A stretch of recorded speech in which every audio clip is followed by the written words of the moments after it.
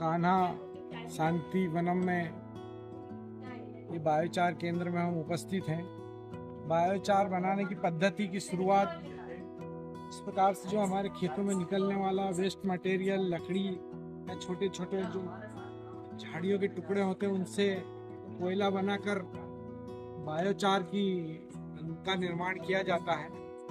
यहाँ पर ये 3-4 बायोचार बनाने की मशीनें लगी हुई है। जो खेत के मटेरियल है उनको इस प्रकार से बिना ऑक्सीजन के जलाया जाता है, और जलाने के बाद में इनको एक एक लेयर जलाते हुए जब अंत में इनमें जो कोयला बनता है वह कोयला ही बायोचार कहलाता है। उस कोयले को बारीक चूर्ण बनाकर अपने खेतों में डालने पर कई 100 वर्षों तक खेतों का कार्बन होता है, वो उसमें वृद्धि होती है और हमारा उत्पादन बढ़ता है। यहाँ पर ये जो केंद्र है, यह देश भर में लोगों को ट्रेनिंग दी जाती है। यहाँ इस प्रकार से ये जो रखा है, ये बायोचार, इस प्रकार से इसको बायोचार की संज्ञा दी जाती है।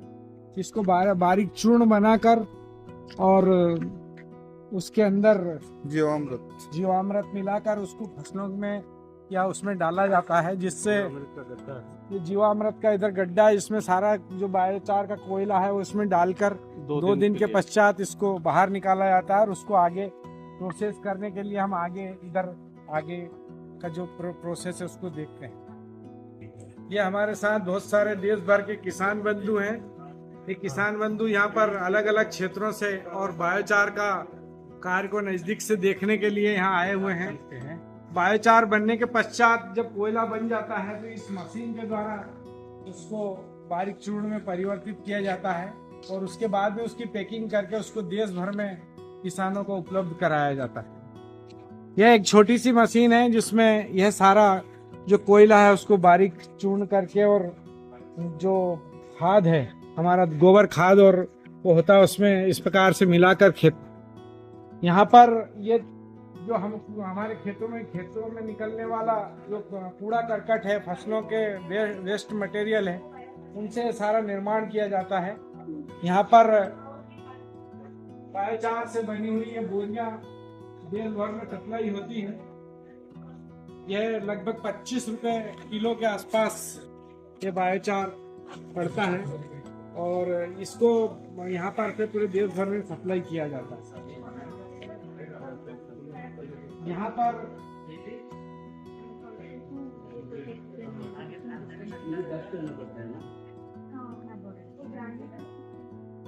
बायोचार है, ये बायोचार एक प्रकार का बिना ऑक्सीजन से जला हुआ कोयला है। सामान्यतः हम जब खेतों में जो हमारे वेस्ट मटेरियल या जो होता है उसको जो जलाते हैं, उसमें खुले हवा में जलने के कारण वो सब कुछ समाप्त हो जाता है, लेकिन यह पूरा जो मटेरियल है इसको बिना ऑक्सीजन के और संपर्क में आए जलाया जाता है, इसलिए इसके जो उत्पादन क्षमता बढ़ाने वाले सारे तत्व हैं वो नष्ट नहीं होते। ये कोयले का ही एक स्वरूप, दूसरा नाम उसका बायोचार है। यहाँ पर इस बायोचार के पूरे सेंटर के चीफ डायरेक्टर हैं, ये सारा काम इनकी टीम यहाँ पर करती है, और मैं सर से अनुरोध करूँगा कि वो हमारे एग्रोनिको फार्मर प्रोड्यूसर कंपनी के सारे किसानों को अपना परिचय देकर और इस पूरे सारे कार्य को थोड़ा सा वर्णन करने का प्रयास करें।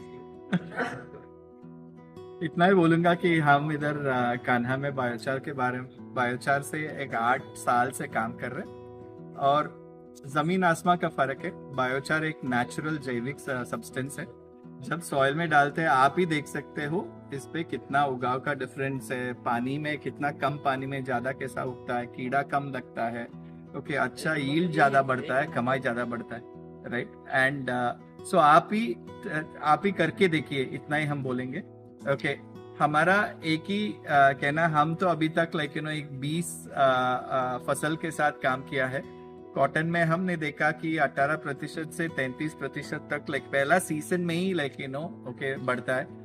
एंड ऐसा नहीं कि ये कंप्लीट जैविक खेती आपको करना है, आप जो भी कर रहे हैं, ओके, आप आप लेट्स से यूरिया डाल रहे हैं, डीएपी डाल रहे हैं, लाइक बायो फर्टिलाइजर डाल रहे हैं, ऑर्गेनिक कर रहे हैं, आप जो भी कर रहे हैं, इतना ही बोलते कि एक छोटा जमीन ले लो, तो 10 फुट बाय 10 फुट हो या आधा एकड़ हो, और इधर जो भी कर रहे हैं आप करिए, दूसरा आधा एकड़ में जो भी कर रहे हैं वही करिए, बट एक डिफरेंस के साथ कि इधर बायोचार डालिए, इधर बायोचार मत डालिए। वो कैसा डालना है वो भी हमने आसान किया है, आप इधर देख सकते हैं। ओके, पहले हम ऐसे ही बायोचार देते थे, बट लोग उसको ठीक से मिलते नहीं थे, बट आजकल हम क्या कर रहे हैं, हम भी मिक्स करके आपका एक ready to apply okay biochar mix देते हैं। ऐसा 5 किलो का बैग भी है, आप उसको लेके 1 या 2 पेड़ को लगा सकते हैं। बड़ा पेड़ है तो, छोटा पेड़ है तो 5 पेड़ के लिए लगाइए, संतरा हो, मैंगो हो, कोकोनट हो, जो भी हो। नहीं तो आप क्रॉप से तो एक सिर्फ 5 किलो लेके एक 10 फीट बाई 10 फीट छोटा जमीन रहे, बट आप वो करने के टाइम ये याद रखिए, दूसरा एक 10 फीट में 10 फीट में मत डालिए, आप उसका अंतर आप ही देखिए, राइट। एक करके देखिए, ओके अच्छा है तो हम वापस बात कर सकते हैं। अभी के लिए मेरा इतना ही कहना है, एक 5 किलो बैग लेके ट्राई कर लो, और इसके बाद लाइक आपको 1 टन चाहिए, 100 टन चाहिए, आपको 500 टन चाहिए, हम आके उधर ही आपके लिए ऐसा एक यूनिट सेटअप करेंगे, आप ही इसको चला सकते हैं, आप ही इसको फार्मर्स को डिस्ट्रीब्यूट कर सकते हैं। ओके, बट वो एक साइज 300-500 टन करना है तो हम आके ऐसा आपको सब सिखा सकते हैं, इसके लिए तैयार है। आपका परिचय और मोबाइल नंबर ओके है, वो कार्ड दे देंगे, आप बोल दीजिए।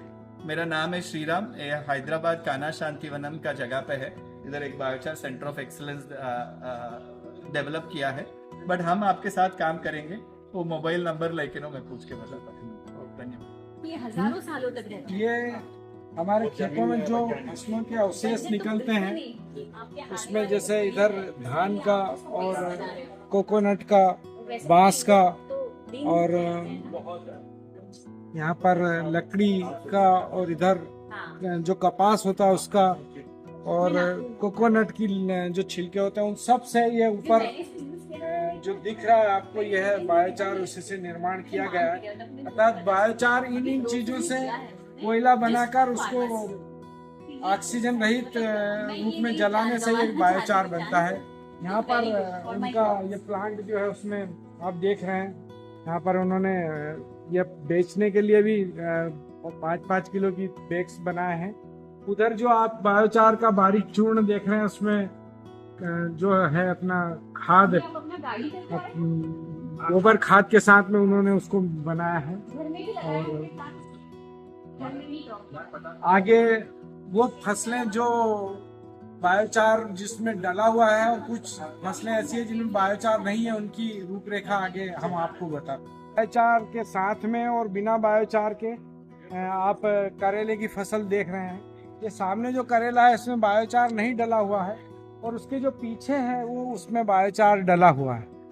इसी तरह यहाँ पर आप देखेंगे ये बैगन की प्रजाति यहाँ पर बोई हुई है, इसमें बायोचार नहीं डला है, और जो पीछे है उसमें बायोचार डला है। आप अलग से अंतर बढ़वार और उसकी जो घनापन है अलग आपको देखने को मिलेगा। ये जो यहाँ पर मूंगफली है उसमें बायोचार डला हुआ है, इसमें बायोचार नहीं डला हुआ है। उनकी बढ़वार और इसकी बढ़वार में अपने आप अंतर दिखेगा।